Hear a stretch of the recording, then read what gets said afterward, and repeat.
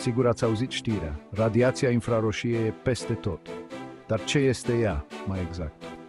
Radiația infraroșie, sau IR, cum mi se mai spune, este un fel de energie pe care ochii noștri nu o pot vedea, dar care e peste tot în jurul nostru. Gândiți-vă la ea ca la o putere de supererou. E acolo, chiar dacă nu o puteți vedea.